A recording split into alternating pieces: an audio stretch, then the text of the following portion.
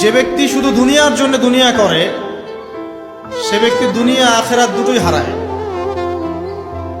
আর যে ব্যক্তি পরকালের জন্য দুনিয়া করে সে ব্যক্তি দুনিয়া পরকাল দুটোই পাবে। কথা কি বুঝতে পারছেন? যে ব্যক্তি শুধু দুনিয়ার জন্যই দুনিয়া করে এই ব্যক্তির পরকালের কোনো অংশ নাই, সে দুনিয়া আখেরাত দুটোই হারায়। আর যে ব্যক্তি পরকালের জন্য দুনিয়া করে সে ব্যক্তি দুনিয়াও পাবে ইনশাআল্লাহ, পরকালও পাবে ইনশাআল্লাহ। তাহলে আমরা কি করা উচিত আমাদের? আমরা পরকালের উদ্দেশ্যে দুনিয়ার কাজগুলো করবো ইনশাআল্লাহ। এটা হবে জীবনের লক্ষ্য। দুনিয়া আমার প্রয়োজন, এখানে আমি মুসাফির। দুনিয়াতে আল্লাহ পাক নির্দিষ্ট সময় দিয়েছেন, কারো 20, 30, 40, 50 বা 100 বছর হায়াত আছে। এই সময়টুকুর মধ্যে নবী মুহাম্মদ সাল্লাল্লাহু আলাইহি ওয়াসাল্লামের অনুকরণ এবং তার সুন্নাহ মাফিক জীবনযাপন করার মধ্য দিয়ে পরকালে আল্লাহর রেজামন্দি এবং সন্তুষ্টি অর্জন করা, এই হলো জীবনের লক্ষ্য এবং উদ্দেশ্য।